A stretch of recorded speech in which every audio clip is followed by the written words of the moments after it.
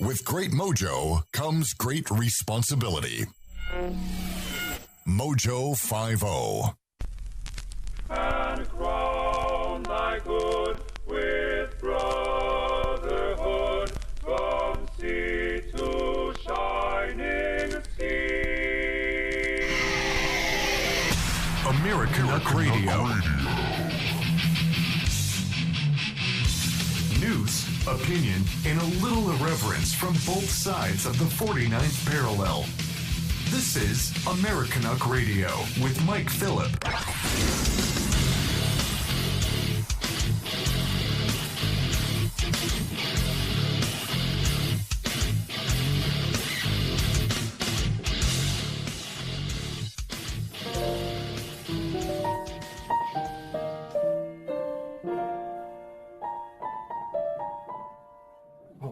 Salut. One of the greatest compositions ever known in all of history is our Canadian national anthem, and that's the song that I get the most requests for. Since its inception, at a time when the indigenous elders of the Muckaluk people first set foot into the waters of the Shuswap, it has become a classic. I hope you enjoy my rendition, and I've chosen the key of B-flat major because it contains at least 2 black notes, and black keys matter. Oh, Canada, our home and Aboriginal, Indigenous, First Peoples Nations land. With true patriot love, soon all guns will be banned. With growing heart cases on the rise, and our true North gender free. From far and wide, all the truckers come in. But I'm glad for my Ottawa police, even though they don't speak English. God keep our land, that's referring to me, glorious, not free. Oh, Canada, you stand on guard for me. Oh, Canada, we stand on guard for him, her, thee, they, everyone, a he, she, who, what, when, where, how, identify, over and under, into, nowhere, here, there, everywhere, those, theirs, these, ours, please, end this song. Merci. A message from the Government of Canada. Hey everybody, welcome back to Americanuck Radio. It's Mike Filip once again, and I saw that little clip that dude had made, and I had to play it. I just had to.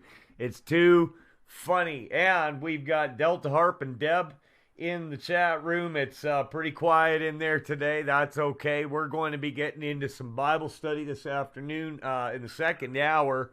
We're going to talk about the covering. I talked a little bit about that yesterday, and the notes from the Bible study yesterday are getting typed up by Captain Malcolm Reynolds, Deb, so we're going to get those to you and whoever else wants them, and we're going to get into some really interesting stuff. You remember the story from the Garden of Eden when Adam and Eve realized that they were naked and that they needed to be covered? Well, that is it's a principle all the way through the book from Genesis to Revelations, and we can glean some pretty interesting things out of the Bible on that subject. Now, we've got Greg Meakin joining us today for Dueling Citizens in Hour 1, and Delta Harp, Greg, is just up the road from you in Arizona there.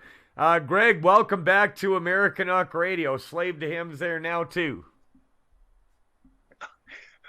Well, Mike, it's another Friday. It's episode 9, my friend, episode 9 of Dueling Citizens.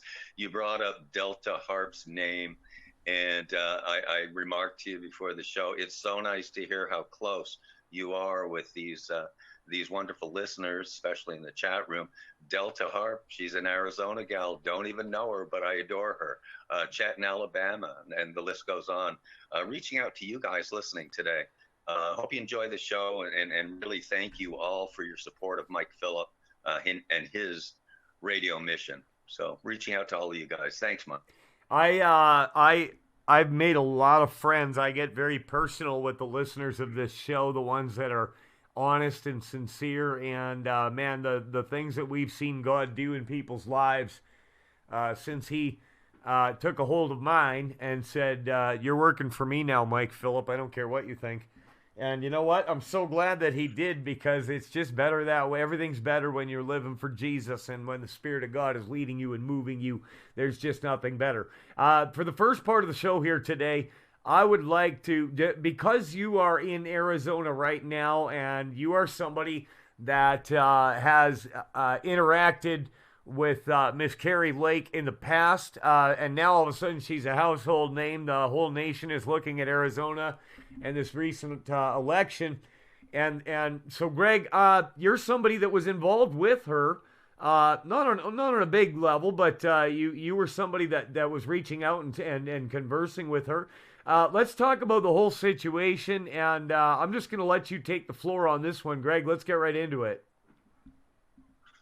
Well, how cool. That's a nice way to introduce it. Yes, indeed. I like to, as you know, Mike, I like to give secrets from the inside, and I whispered Kari Lake's name a number of months ago. Inside scoop here. The reason why I became, I started analyzing Kari Lake's campaign, it was kind of around the same time where I was first meeting the sheriff, Sheriff Mark Lamb. We've chatted about him, of course, a lot. Yep. And being new to Arizona, I retired down here just two and a half years ago, right as COVID was hitting. Had a disability retirement from the good old state of Washington, my beloved Seattle up there, which I'm brokenhearted about these days with what's going on, but that's a conversation for another day. Yeah. But Kari Lake, honestly, here's some scoop for you, Mike. Welcome back. I give you scoops. I identified people like Mark Lamb as being a long-term leader for Arizona, especially as the year 2024 and beyond moves forward. I am looking, as so many people are, Mike, are we ever going to fix this mess we're in, north and south, with Biden and Trudeau and the whole mess? Are we ever going to fix this? And my glasses half full answer is always, I believe the constitutional workings of the United States and the founding fathers always have created an opportunity to be able to make changes and to change our direction moving forward. So not to digress there, but I identified, get this, I identified Kari Lake as the next governor of Arizona, and it was important for me to do so in my mind. And I'm talking a year ago, Mike, maybe a year and a half ago. And it's because come 2022, 2024, there's going to be a really important thing going on, and that's an Alberta 51 referendum. And I wanted to project in my mind who indeed would be the leaders during that time. And Kari Lake was one. I said, you need an awesome Arizona governor. And to, as you know, I've been really trying to partner sister states, Arizona to Alberta. That's why, Japan is so on board and stuff. So I've been following Kari literally minute by minute for the last maybe year and a half. And it surprised me just how well she did. Hardest working politician I've ever seen. Incredible. But what she showed at the very beginning, I've talked about this before, kind of that punch you in the nose, get things done type of person, where enough is enough, and let's get Arizona, let's get the border secure again, let's get our economy going again, let's get Arizona bright red again, and not some silly purple or lavender or pastel color, Mike? Yeah, like socks at Lady Foot Locker. Oh, I chatted at length and have been in touch with the Lake campaign and her publicist in the past and stuff. And to this moment, I'm now gearing up and saying I'm going to do anything I can to see that she's elected governor. And it's very biased. It's very personal. But I think there's a lot of that feeling going around. I was mostly impressed. There were a number of things that made her completely different from anyone. One was, she's going to be signing the first day in office, and write it down, Mike. Write it down. Put it on your calendar. The first day in office, she's going to be signing a declaration of invasion, and that is that Arizona is indeed being invaded by every measure possible. by the southern border. And once a governor declares a state of invasion like that, then she has said she will be sending the National Guard down there. She'll be buttoning it up tight and taking control of this. And if Washington D.C. doesn't like it, go ahead, sue her. And that's the attitude that a lot of folks, I think, have now, just in general, as 2022 approaches. Well, it's going to be difficult. It's going to be difficult to argue with her from a federal standpoint because she won by such a massive landslide. So, I mean, obviously, this is the will of the people. Exactly. This is prototype constitutional law, Mike, the power of the states, right? That's why governors have power. Just ask Ron DeSantis in Florida whether governors have influence. And Lake knows that. Very, very smart, in every way, a consummate, quote, public figure, politician, what have you. But she, what I loved is the premise of her campaign, one of the premises, among other things, was that she encouraged her supporters to go election day, physically vote in person, just like all of we used to do, Mike, our parents, our grandparents. And as it turns out, the lead, it was a little back and forth in the early polls. I'm talking as soon as the polling booths closed. But she was actually trailing Robson for a period of time. But what was really cool is the night before, the night before and before the final batch, the day after was going to come through, she had about a 9,000 vote lead, which is okay and it's substantial for an Arizona election, a population here. But boom, after election day, Mike, 20,000 votes. It jumped from 9,000 to 20,000 in person, passionate voters casting their ballots for Kari Lake. So it was interesting to watch. I was a little nervous when the first polls came out, I'll be honest with you, but I was thrilled. And I do see Kari defeating Hobbs. We have a real blue liberal governor here in Arizona, a governor candidate on the Democratic side. I think Kari will beat her. And if anything, I see Kari Lake as I haven't chatted with her specifically on this issue, but I have a feeling she's going to be very freedom oriented and open to helping out and assisting, much like Sheriff Mark Lamb has, the wonderful folks in Alberta, the Alberta 51 folks who also want freedom. That freedom is the message, the theme for 2022, Mike. Don't get me riled up yet today. I'll tell you what, we're ready for change, aren't you? Yeah, I'm ready for change. I mean, we've had change going on here in my personal life and the lives of people around me, but I mean, anything that's going to promote more security for the nation and people's states and lives in general, I'm for it. And so, I do my part in my capacity as a minister to help individuals with that and the things that people are facing, but I mean, these are things that people are talking about, and these are pressing issues. And so the other thing, too, is that that lawyer friend of yours that we had on the show in New York, what a great conversation I had with her. Clarence. And I think that, a lot of times people get the idea that you either are either pro-immigration or anti, and there's just no in-between.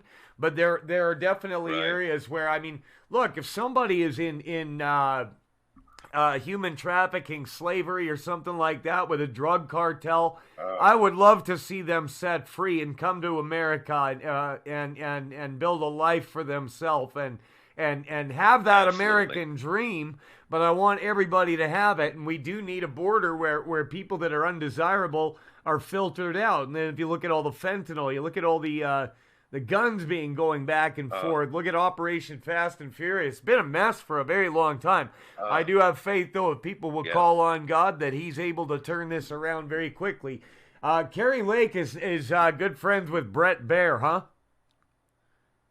Oh, wasn't that a funny discussion we had when you asked my analysis? Because that was indeed so fun when Brett Baer cornered her. This was last month, wasn't it? Yeah, it was on national TV, and it was one of her earliest national interviews, as you mentioned earlier. She was pretty much a regional person, like most state politicians are, but she jumped into the national spotlight, especially with that interview with Brett Baer. The quick catch up is Brett tried to catch her in the maybe cornering her with, hey, you knew a transgender person like 21 and a half years ago, one of those. And she just punched him right in the nose, proverbially, didn't she, Mike? She did, yeah. She wasn't taking it, no. And Brett's been, Brett has, amongst people that are pro-Trump, he's had kind of a bad name this whole time during the 2020 election, and so, I mean, Fox News has not looked good for a while now. Sure, love Trump or hate him. I would rather see him in than Biden right now. Let's put it that way. Sure. And you got to remember, Baer is in a little bit of a balancing act position, and not all positions and talking heads on Fox News are the same. And he is the one who directs the news desk. Right. So he's supposed to be the, quote, Peter Jennings of his time, and so I think, honestly, and I like and respect Brett Baer, always have, but I think that there's so much effort to do the balancing act, no matter what, to appease, just say the left or the center right or whatever. It almost appears that he's stretching in order to be, is it possible to be too fair and balanced, Mike? Too fair and balanced? Sometimes people are just flat wrong. Oh yeah, there's definitely issues out there where you don't have to be tolerant or even willing to listen to the other side. I firmly believe that. Right. I mean, there's issues that they're completely black and white to me. There's no gray area. That's right. And just a segueing quick back to a final note on Carrie Lake's campaign. I had, during that Brett Baer discussion that you and I had a couple of weeks ago on Dueling Citizens, and I had said, I thought, and I haven't been able to check with her on this for fact check, but I do want to. I think that confrontation that she had with Brett Baer, she was extremely strategic about it. And she knew, as all great leaders do, whether it's the Trumps or the Lakes or the Sheriff Lambs or whatever, they know their base is 100% with them. And Carrie knew that when she went on the Baer program. And I believe the tactic, because I believe it was a strategy, if Brett were to get to misbehave at all with some kind of question like he posed, I think she was reaching out to centrist Republicans and or the more traditional Republicans maybe that might be voting for Robeson. I think she was reaching out to independents. Independents are going to sway 2022 and 2024, Mike, this year. So she was reaching out to them. And I also think, and this is where the strategy comes in, I got to ask her about this. I think she was reaching out to the anti-Fox people. The people that didn't necessarily, maybe they're conservative, but they don't necessarily buy into every word that Fox says. And they know there's different characters there and stuff with Fox. But I think she just went on and those people who are anti-Fox said, whoa, you see the way she treated Brett. Do you remember? That was so fun, Mike. So I'm glad it seemed to at least work out for her. And I think when the dust settles, she's going to win by about 20,000 votes down here, which is a chunk. That's a chunk of votes. For a pretty small population. Well, I mean, at the end of the day, Fox News is at the behest of shareholders who are at the behest of advertisers. And so, I mean, the term is corporate media. But, I mean, it's amazing to me just how powerful it is. Like, I was thinking about it one day. I have a chroma key screen behind me on the wall, okay? And I go on air, and right now I've got this Jesus is my general logo, which is digitally superimposed behind me. But I was thinking to myself, that chroma key, that sorcery of showing people things that are not actually there is so powerful. I knew people around here in the Edmonton area that, you remember that whole kids in cages thing at the border? They were right upset yeah. about that. They Oh, were right yeah. upset about kids in cages. Oh my goodness, there are kids in cages. And then the media stopped talking about that, and the border completely ceased to exist to them. Like it didn't even exist. And so like guys like me and you, we're looking at other reports and people that live in Arizona, New Mexico, Texas, that know the situation and see it.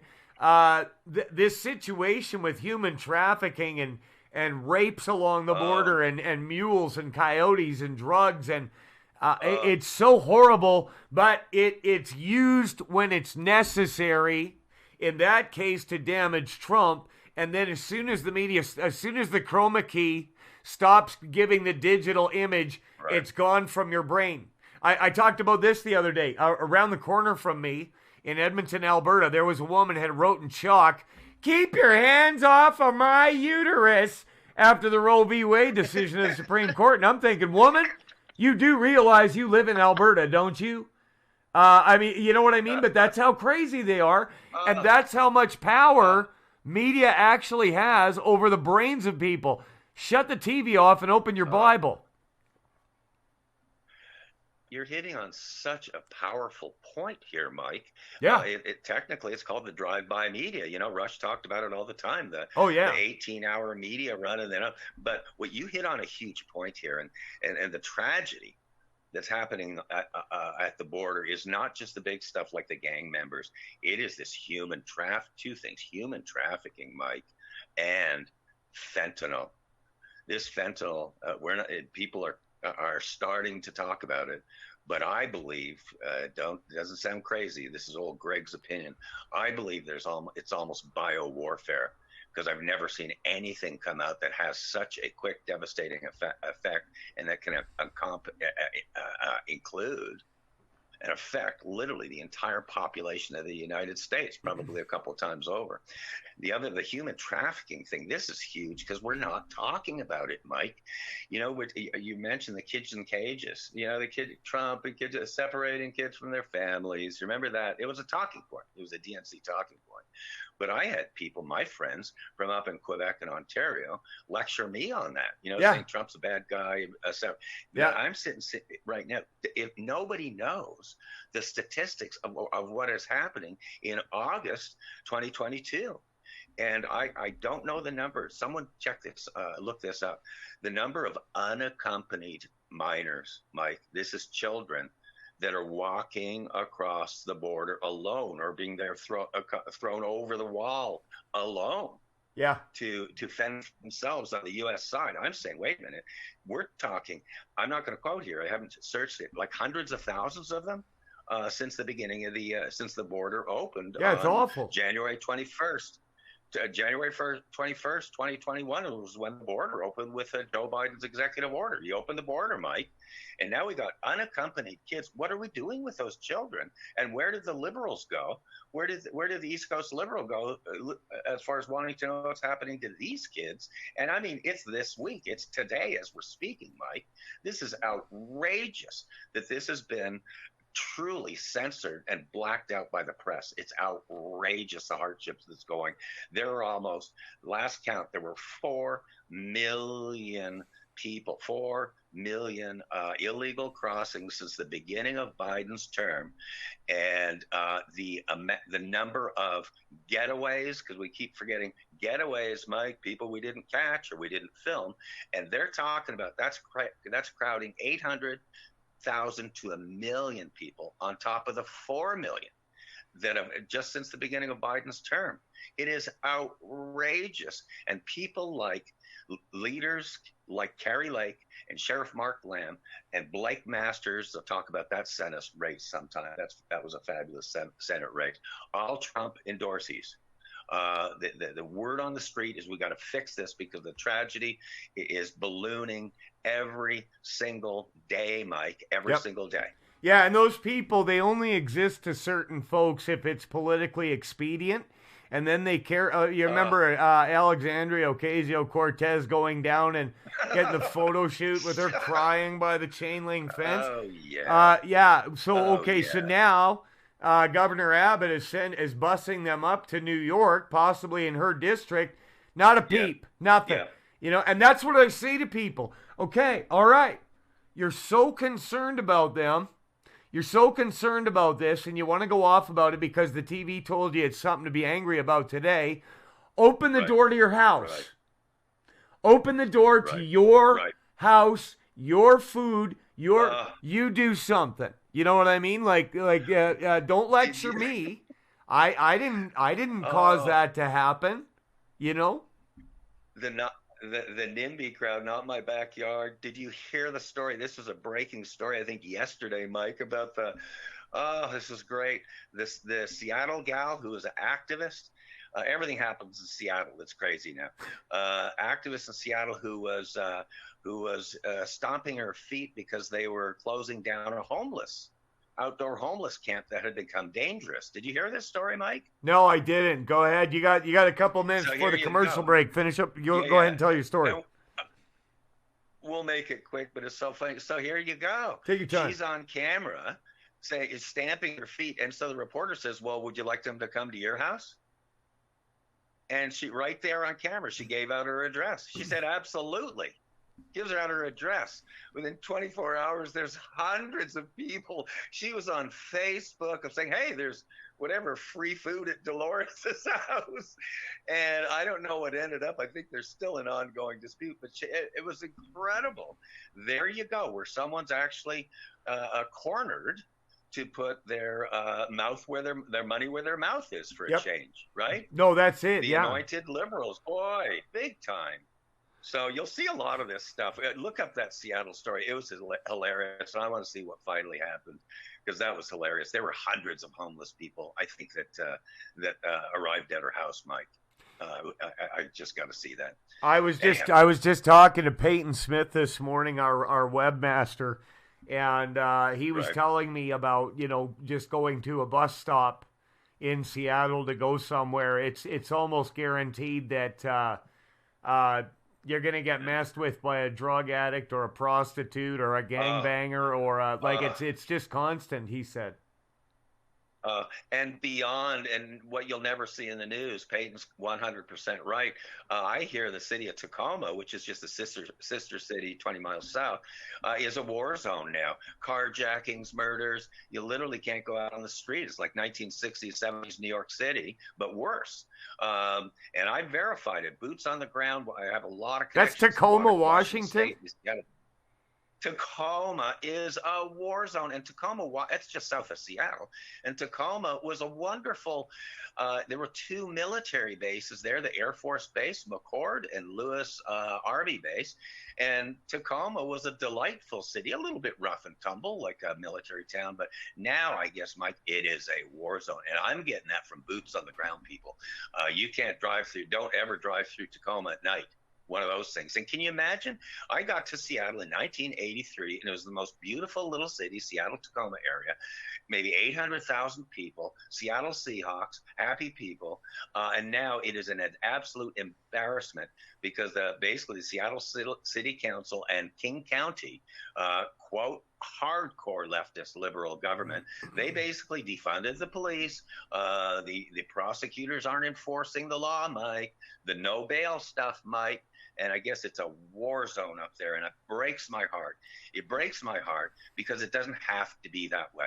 And around the country, Americans now who are looking for freedom and just ready to vote in the next few elections, we know we can be better. We know we're better than this.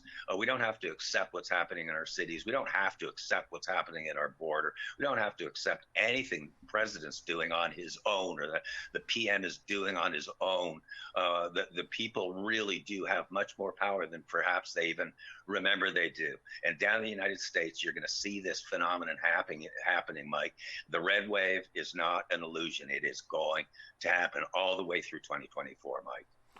Greg, we got to go to a commercial break. Let's talk a little bit about some other issues when we get back. Everybody stick around. We're going to have a quick commercial break here and Dueling Citizens with Greg Freak and Meakin right after it. Wait, I forgot to play your intro, Greg. Oh, play that for the next half. Can you do that? Yeah, let's bring it in. I've got so many compliments on that intro, Mike, because I have it posted on my YouTube channel, and it's just fabulous. All right, Greg Freak and Meakin, Dueling Citizens down in Arizona. We'll be back right after this.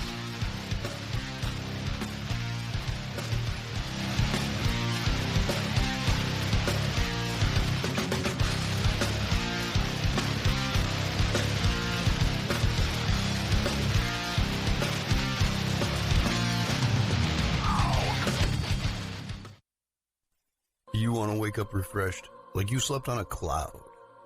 Get yourself the very best in bedding supplies today. You deserve it. Go to MyPillow.com, and don't forget our very special promo code, MOJO50, for incredible savings. At Meakin Designs, we're more than just a laser engraving and specialty design company. Much more. I'm Ron Phillips, co-owner of Meakin Designs, and if you can dream it, we can probably make it. We can custom laser cut and engrave on nearly all material. Great for one-of-a-kind gifts, home decor, business and specialty items, or personalized and logoed designs created just for you or your company. Allow us to become your go-to gift and specialty project partner. Meakin Designs can help make your ideas a reality. We're ready to help you design and create that special gift for any occasion or engrave your personal or business logo on just about any product. View our designs at RoMeikaDesigns.com or simply email us with your ideas. We specialize in custom design and would be honored to have the opportunity to discuss it with you. Call us at 817-400-4040, email info@RoMeikaDesigns.com, or visit us on the web at RoMeikaDesigns.com. 5 major food distributors have suffered explosions at food processing and storage facilities in the last few months.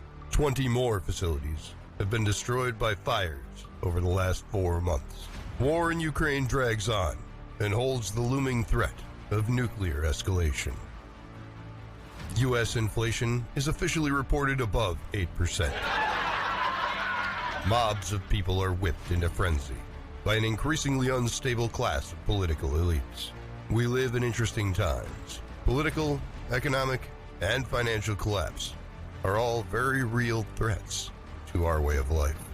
If the worst happens, make sure you and your loved ones are prepared with emergency food and supplies from preparewithmojo50.com.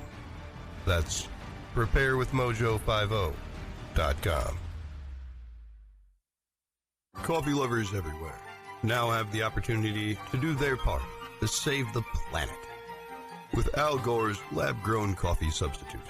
We, here at Coffee Drinkers for Climate Change, believe this is a terrible idea.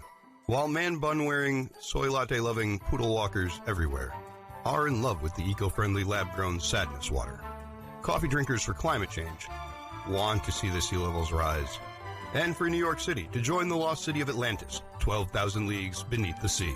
American Pride Roasters, historically great coffee. Every pot brewed is an eco-disaster 100 times greater than the Fukushima extinction level event. So order yours today and do your part to hasten the end of the planet. You don't want to live forever, do you? AmericanPrideRoasters.com. That's AmericanPrideRoasters.com. How dare you? We dare. We dare. Flat Earth, the moon landing, JFK, 5G, Biden won the election. Hey, lovelies, does anyone have any new conspiracy theories? Because all the ones I know are contrary.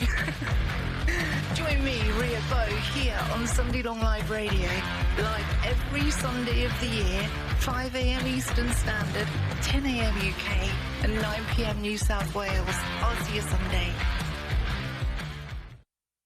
Americanuck Radio. I would say the world's most underrated radio shows. Americanuck Radio. This guy, Mike Filip, is brilliant. I listen to him every day. Love your show. I really do. I'm a huge fan. Thank you for doing what you're doing. Americanuck Radio.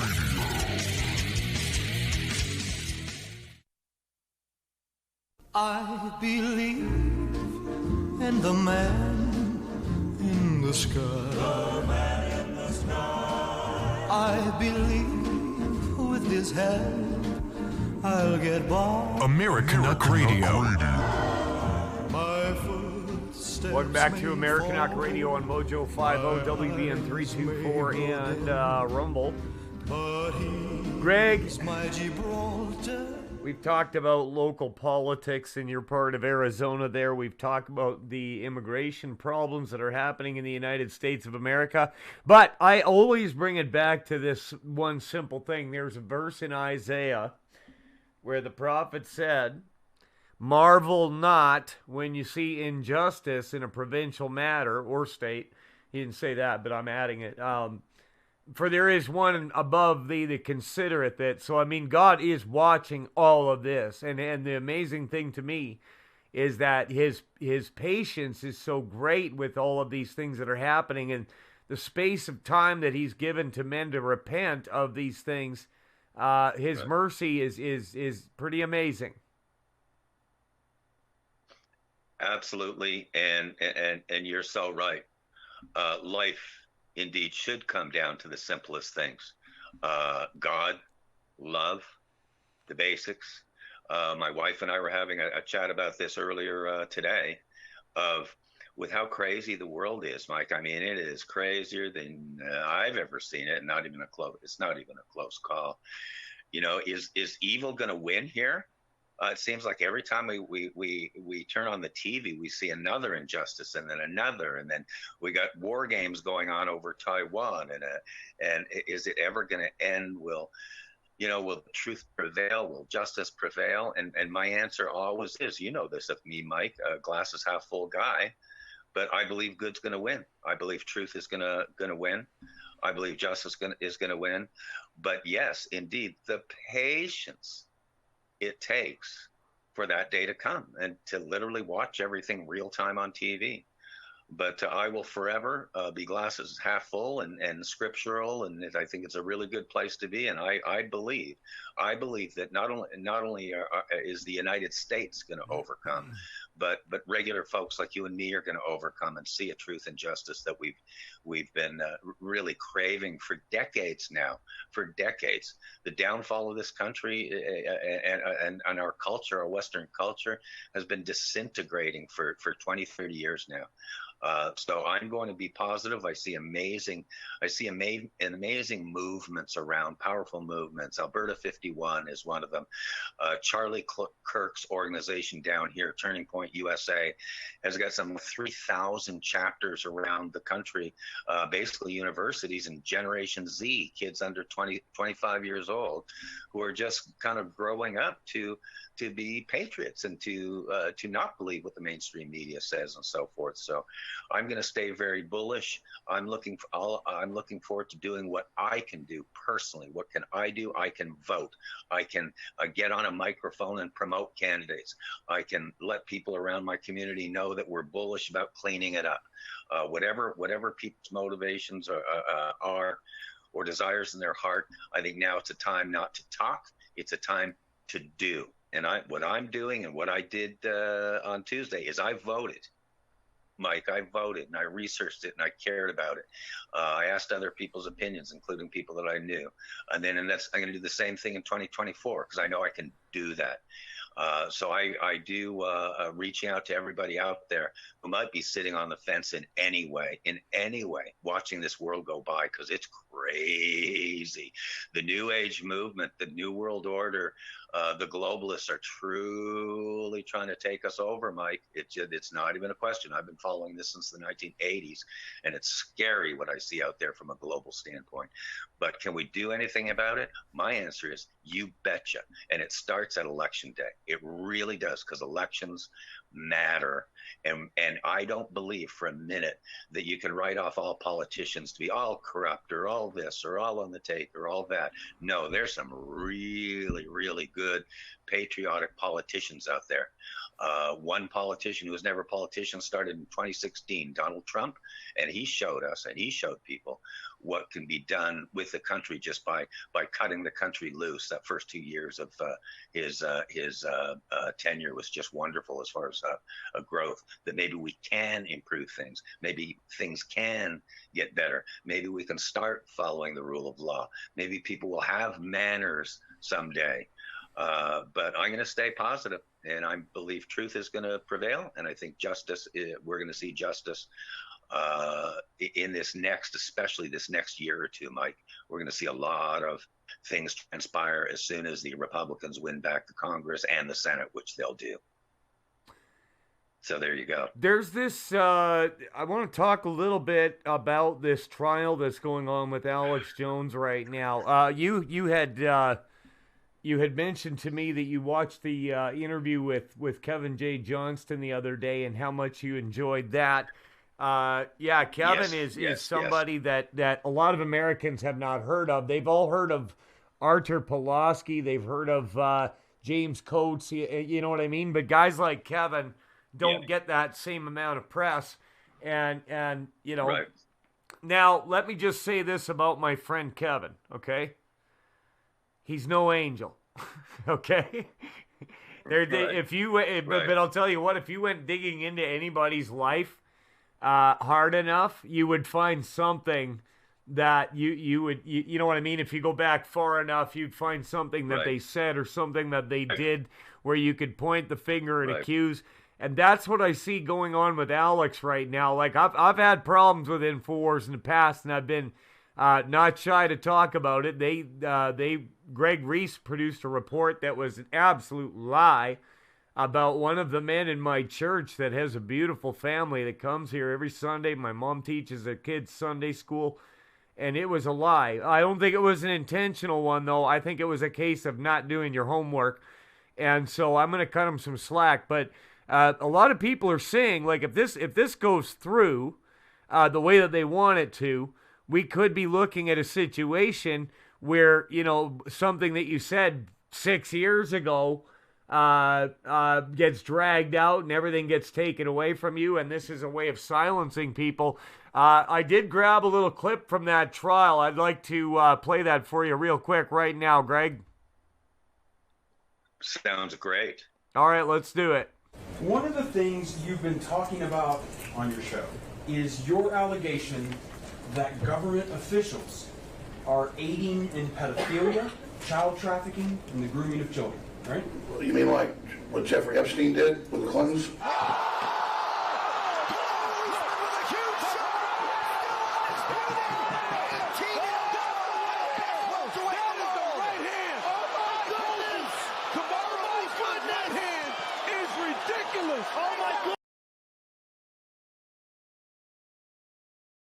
So what he just did there in that little clip, and we lost the sound at the beginning of it, but the prosecuting lawyer, the lawyer for the families anyways in that lawsuit said, do you believe that there is a global elite that is practicing and trafficking children and covering up these crimes?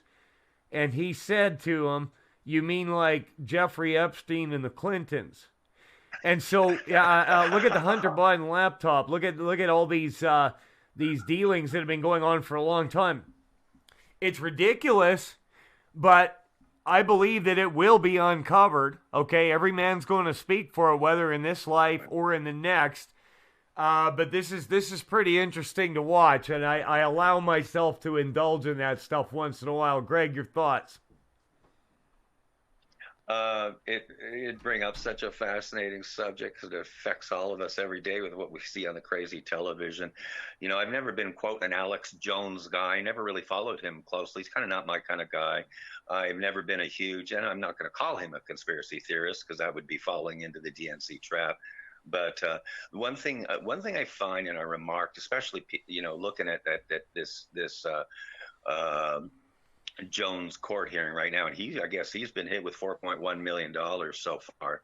I don't know what in obviously penalties, but I don't know what the punitive's going to be. But he's 4.1 million right now deep in with liability on this case. But the one thing I noticed, and whether it's Alex or whether it's Kevin, whether it's anyone else out there who kind of seems to be, it's being canceled, Mike. You know, you cancel out these guys' names. You turn them into you know, a monster that there might really not be. And we see it happen all over the place now. But the one common denominator I seem to see, and this even applies to Tamara leak up there, is they always seem to be guilty of resisting, of the not complying to court requests, not behaving, not showing up for a court hearing. And there's nothing, like I say, there, everybody should follow the rule to the letter of the law. But compared to some of the stuff we see, there's just no bail walking on the streets in Seattle or Portland or New York City or Baltimore. And it is a complete and utter joke. But most of the charges, and I read some of this stuff closely because I just can't believe it. I can't believe what happened with the incarceration of Tamara up there. I think it's an embarrassment. But the same thing with Alex, the same thing with Kevin. So much of the criticism of these people very often is really not practical. Not from a practical standpoint. Don't know the word I'm looking for there, but it's more hypothetical. They resisted. They failed to comply. So like the mask, you failed to comply to an order because we told you to put a mask on. So now you're a renegade fugitive who won't mask up, but they're the ones who get to put it in writing what the charge is. So I think that I really think and hope that there's a direction getting away from this behavior justice. You didn't comply. You didn't do this. We told you to do this and you didn't. Boy, Pastor Arthur Pulowski will give you a few stories on that. Even his is their behavior crimes. And that's really concerning, Mike, because who makes the rules? And we know who makes the rules right now, at least from is the leftists, the elites, the Democrats, the media. They're making the rules on who's the fugitive and who's not. So it's Jesus a very once said, slippery slope.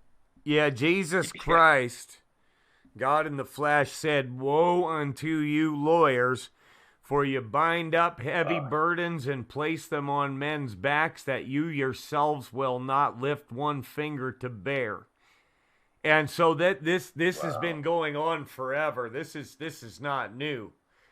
This isn't something that just started and is unique to Canada and the United States. We're running out of time. Right. I want to shift to something else now, and that's Alberta 51. You and I have both been part of a group that wants to get Alberta out of Canada and join the United States, to join the Union as a state for various reasons. I've been thinking about this for a very long time, and people have heard me talk about it before. I still think it's a better way to go for Alberta than being tied to Canada for a myriad of reasons. But I want to tell you something, Greg, and I don't think I've talked to you about this before. There's these guys, they used to call themselves the Plaid Army. Now they've they're basically YouTube internet comedians. Derek Harrison and Jeremy McKenzie, they were massively popular. If they were never messed with or censored, they'd probably be one of the top YouTube channels in the world. They would have millions of followers, but they keep getting smacked down. Well, they started this thing called Diagolon, okay? And Diagolon is a fictional country that runs across North America from Alaska down to Texas, cutting a big swath through the middle of basically conservative states where they would want to separate off from anybody liberal, right? Or all these, pro open borders, LGBT, critical race theory, all of that. Right. And I was talking to Jeremy because what happened was the Canadian media went crazy on these guys. Like, they're trying to set Jeremy up for all kinds of charges. Their antihate.ca is kind of like the Canadian Southern Poverty Law Center, if you're listening in the United States. They're constantly attacking them. The mainstream media is putting out articles claiming that these guys, these internet comedians and truth seekers in Canada, are the ones that caused the farmer rebellion in the Netherlands, which is such a ridiculous claim on its face. But I was talking to Jeremy, and he said, I was racking my brains because, we've got RCMP and CSIS following us around, spying on us. I see the truck on the street all the time. He said, I was trying to figure out what it was that made them come at us so hard. And he said, I finally figured it out. It was the Alberta leaving Canada thing. Because of the money and the wealth that Alberta has and generates, Canada will do any dirty thing to keep this part of the country, of the Confederation, I should say, as part of Canada. And he figures that's what it was, because when they started going down that road, that's when the heat really came down from the feds. Oh, can you imagine? Because we've talked about this so many times with the Alberta 51 movement. People back east don't think it can happen. But I'll tell you what, when it does, they're going to be freaking out. And that this is a total indication of right there. When it hits them, where, well, wait a minute, do we really need Alberta oil revenues in order to run Canada? You betcha. You betcha. I'm saying, well, why didn't you guys start talking about this 20, 30 years ago? So if you think that there's a hissy fit going on right now against these guys, that breaks my heart. You know, I don't like to see artists and comedians and stuff censored and doxxed and that nonsense. That's nonsense. You know, we grew up in the 60s, 70s laughing at each other with Saturday Night Live and all those awesome comedians. But I think that I really think that there is going to be a line drawn here where people are getting sick of this, Mike. That's the common theme. People are getting sick of this, and the judiciary, I think, is actually kicking in, doing their job a little bit. We're seeing some, the Kyle Rittenhouse wins his lawsuit, the View having to apologize, financial settlements. People are running their mouth off left and right with no accountability and no responsibility. So hopefully it's changing a bit. That's the old glass is half full again, but hopefully it's changing a bit, just with the advent of just people being more open-minded and open to multiple news sources. So there you go. It's a crazy world out there, Mike. It's pretty fascinating though too. I mean, look, everybody that was ever born came and proceeded forth from the mind of God. I firmly believe that. And to be chosen or picked from the foundation of the world to be here for this time. What a big honor, Greg, isn't it? And the blessings of unintended consequences. You've mentioned many times that your church, Mike, was born of the COVID disaster. That's when God decided to start it, yeah. Yep. Like things around me were horrible, but things were better here than they had been in many, many, many years. I'll tell you, and I just really do hope. The theme is ongoing for me. I just hope that we are indeed pulling together as a culture that I believe that we are, and we're going to see more with elections and just hopefully people coming together a little bit of common sense, just common sense. And indeed, I hope it's a trend. I hope we see some of this nonsense and this political correctness really go away. I really do. Because I do believe, I always believe that 80% of us are just the same practical, pragmatic folks that are common sense, we want health for our kids and safe families and safe communities. And unfortunately, the 20%, they're all the Karens out there. They get all the mic time, Mike, that 20%. So hopefully the 80% of practical common sense folks are really going to pull together, which I think they are. And I think we'll see it. I hope we see it in the next election you guys have up there, pray tell. But you'll see it in 2022, and we'll see it in 2024, Mike. Whenever you bring up Alberta 51 and just the freedom concepts and stuff, I always think of Gordon Kessler. Who's now in Arizona. He lives down in Arizona. Folks up there might know Gordon. Of course, he was the first duly elected Alberta separatist back in 1982. Yeah. And Gordon's become almost a hero of mine because these are the guys, and they're around, Mike, that you see him in Gordon Kessler, you see him in Sheriff Lamb, you see him in Kerry Lake, you see him in Mike Filip, you see them in Greg Meakin. That there is I believe, a growing leadership and momentum to getting us back to normal, back to more common sense. Greg, we got 1 minute left. Let everybody know where they can find you and get your book, and then we got to go to a network break, and then we're going to get into some Bible study for the last hour. Oh, thank you so much, Mike. Where does the time go? It's cliche, but we say it every time. I feel like I'm sitting around a campfire with you, just having a great conversation about things that are important. I invite people always to go to my website. I keep things really simple. I have a Facebook page. Feel free to send me a friend request. My website is gregmeakin.com, which is just my name, which is GregMeakin.com. You'll see information about the book there. The book is Why I Came to America and What I Think Now. And it really analyzes life between Canada and the U.S. right up to the minute, right up to issues like Mike and I are talking about right now. Before I finish, I'll say on my website, do please check out the trending section. The trending section of my website has all of the fresh stuff as far as Alberta 51 and real up to date writings that I've been putting forward here the last few weeks. So thank you so much once again, Mike. Once again, what a great show, and I look forward to episode number 10, Mike. I really do. Greg, you're a man that I'm happy to call my friend, and thanks for coming back on the show. I appreciate you, pal. Oh, ditto. And like I say, we're just brothers from another mother. You know, we're just a couple of hosers, Mikey. We're a couple of hosers, man. Look forward to next Friday, okay? Talk to you later, Greg. Take care. Thank you. See you later. Greg Meakin on Americanuck Radio. Coming up, we're going to get into some Bible study. Stick around, but we're